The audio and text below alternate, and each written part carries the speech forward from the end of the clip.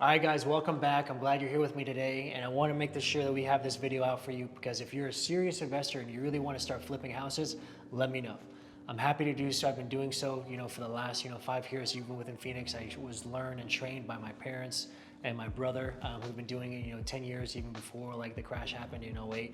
And that's how I got inspired to actually do real estate and actually flipping houses. But over the last 2-3 years, I've dialed in all of my teams, dialed in all my process, all my suppliers, from my tile guy to my cabinet guy, to all of my painters, everything, my GCs, they're all mint, and I'm happy to have wonderful, beautiful relationships with them, not only with them, but also their families.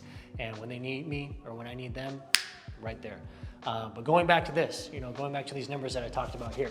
So this is obviously very, very important. So I'm just doing this to set expectations for you because flipping is not a pretty game. This is not HGTV. This is not, roses and daisies and everything works out fine and we get to put all this high-end stuff. You have to think of this as a business. We're not going to go in there, like I said, on HGTV and put these high-end sinks all the time or these high-end tiles, or we're going to spend $5 on a tile, or we're going to spend $20,000 on a kitchen. If you have the ability to, great. If you have the margin, great. If the property requires it to do so, then yes, you have to do it, especially if you're here in Phoenix or whatever city you're in. Like here within Phoenix, we have like Arcadia, we have Scottsdale, we have North Scottsdale, that those kinds of finishes are required. But, here's another rule of thumb. The reason why I say under 300,000 or around 300,000 because you have your biggest pool of buyers at that number that are going to actually be making offers on your property.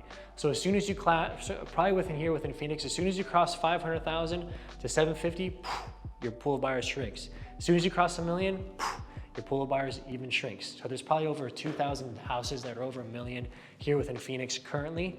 The rest are under that, and majority of them are under 400,000 or 350. So you always want to be in a position to where you can move and turn this property quick.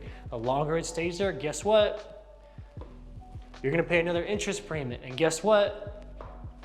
That's more profit that's out of your pocket. So you have to be smart and get rid of the property as soon as you can, as quick as you can. This isn't as like, oh no, let's wait and see what we can get. Move it. Trust me when I say this, move the property, because when you look at me in 60 days, when I told you you should have sold it, you're gonna be like, damn, I should have listened to you. Yep, exactly, because we don't know what's gonna happen. I'm in a position right now, even with this COVID-19, where I have to sell a property. And we're going through this, and obviously they're not getting any showings because of a certain part of town. Wow, that's the reality of the situation. You never know what's gonna happen. So take my advice, get a $100,000 spread, be smart with your money, make sure you have good interest payments on it, make sure that you have enough profits, so if you have to do price increases, or price decreases, or you have to make fluctuations based on what's going on within the city or the market, even concessions, you just get it done. So I hope this was of value to you guys. If you're looking to invest, let me know. If you want to flip, let's get to it.